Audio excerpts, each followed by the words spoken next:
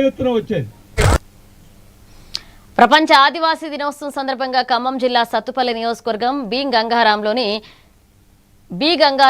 15వ Telangana special police బెటాలియన్ను అదనపు DGP Sanjay Kumar Jain సందర్శించారు. ఈ సందర్భంగా ఏకలవ్యుని చిత్రపటానికి నివాళులర్పించి బెటాలియన్లోని శిక్షణా కేంద్రాలు మౌలిక సదుపాయాలను పరిశీలించారు.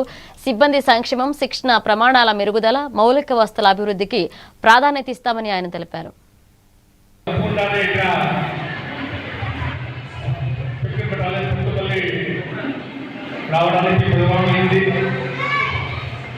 నాకు పెద్ద సంస్థను ఇక్కడ చేస్తున్నాను.